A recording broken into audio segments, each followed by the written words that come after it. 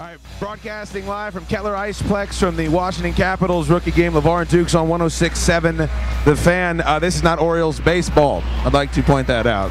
The players just came out onto the ice, but who just came up here? The broadcast booth is very important. The man. Coach Bruce Boudreau joins us on the show. Coach, how are you? The legend. Shut up. I'm great. This is a great time of year for us. Like when we're starting to get back to work again. First preseason game sort of with the rookies, and it's exciting. Just watching this scrimmage, obviously, with the rookies, does it still get your hair standing up on your neck, even though it's just the rookies and you're watching them? You know, it's new talent. You want to see who obviously can fit in with already much established team that you have. What type of excitement level do you have right now? Well, it's more anticipation. Like we've had 4 days where a lot of us don't know these guys at all because they're first-year guys, and you make your opinions. Oh, we like this guy, we like that guy. Now we see them against opposition where the other guys aren't friends of theirs, and it's more like, well, was my intuition right? Which was Dean's, was Bob Wood.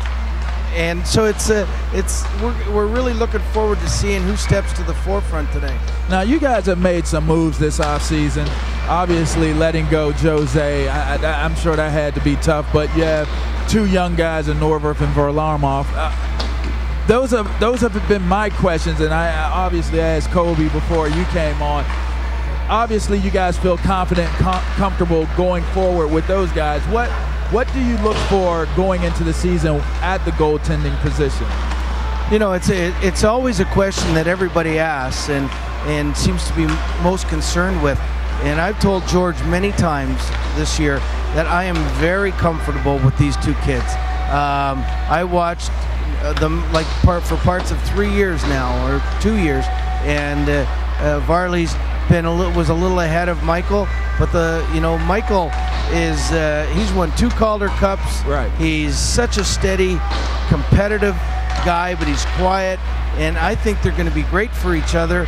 And I've seen them both play in the NHL very good. So if they can stay injury-free, I think we're a lot better in goal than people give us credit for. Wow. Coach, we talked to you last season after the playoffs ended the way they did, and I thought you guys, it was very admirable. Or we preached to our listening audience because people were upset.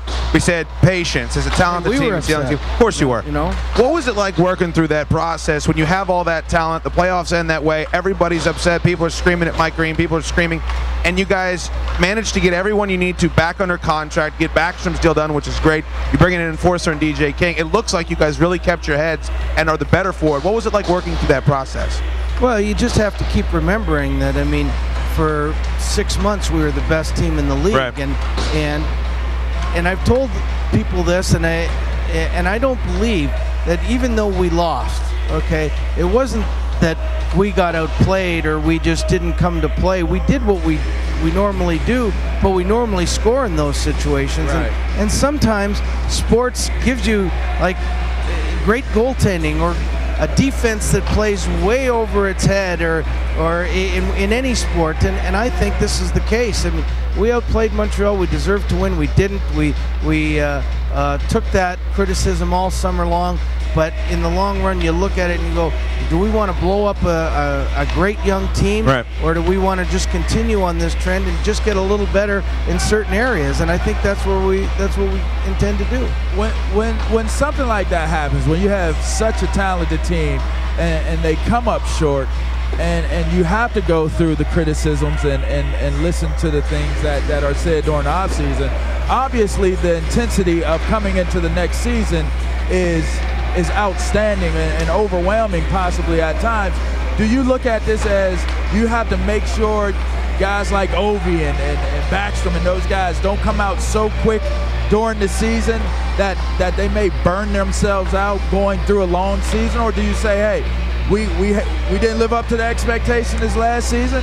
I understand why you guys are going as hard as you're going. Let's keep it going. How does that work?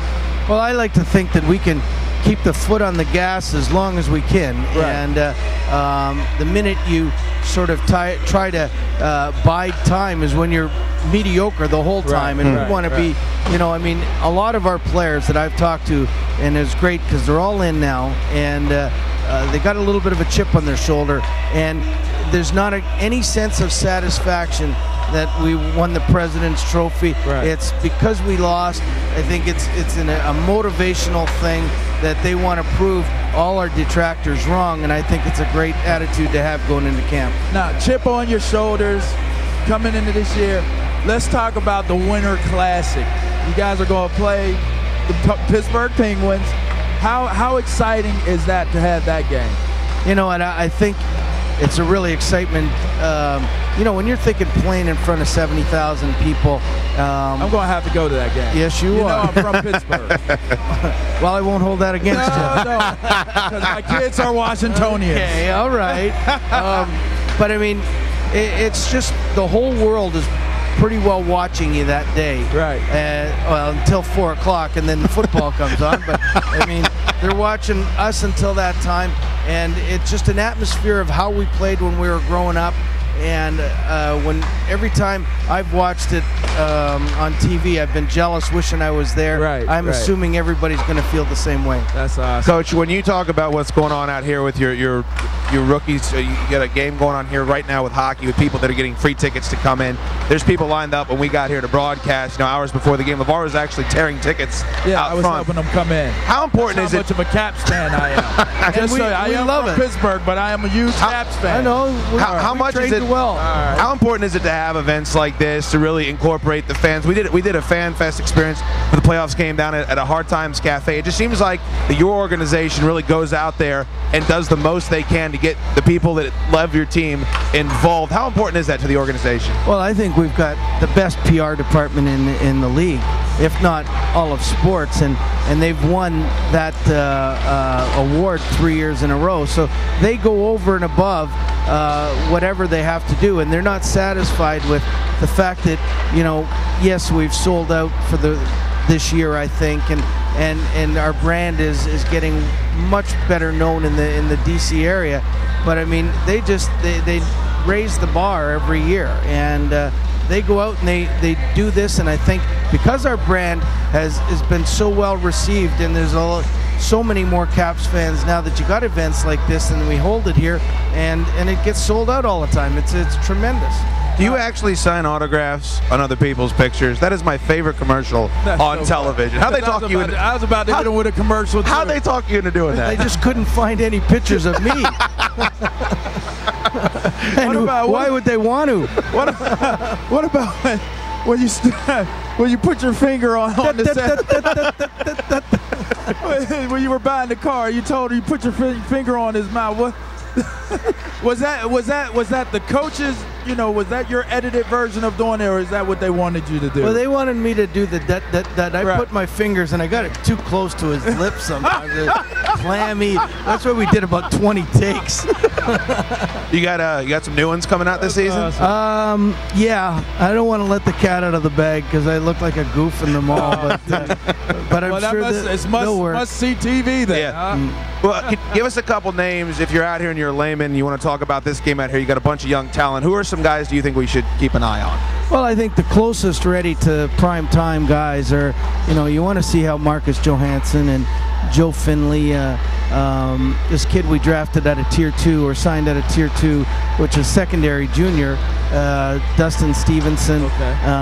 We're looking at we're looking at everybody. But I mean, Finley is a bullet on the. He could be playing football at 6'5", 250, right. or 6'7", 250. Wow. But this Cody Eakin, who still has another year at junior, is very close to being NHL ready now. So all these guys, we want to see how they do and how they perform against an unfriendly opponent. Certainly. Now, before we let you go, my last question to you. Well, not a question, but we were talking during the break, and you talked about, you know, I was telling you how much I love how close the team is, from you all the way through to the players. And you said you stated that they were all going out to eat, like the whole team is going out to eat? All the team. Mike Green told me today he's found a spot, and then they're all going to go eat and talk about the upcoming season tonight, and how, because camp starts tomorrow, and get all prepared, and they look so hungry. It's great for a coach. I do have to worry a little bit about them being so ready that right. but I think we can tame it down a bit, but I mean, it's just a great sight to see that they're excited to get this thing going. Well, we're excited for you, Coach. We wish you all the luck in the world. I mean, all the luck. And you know what?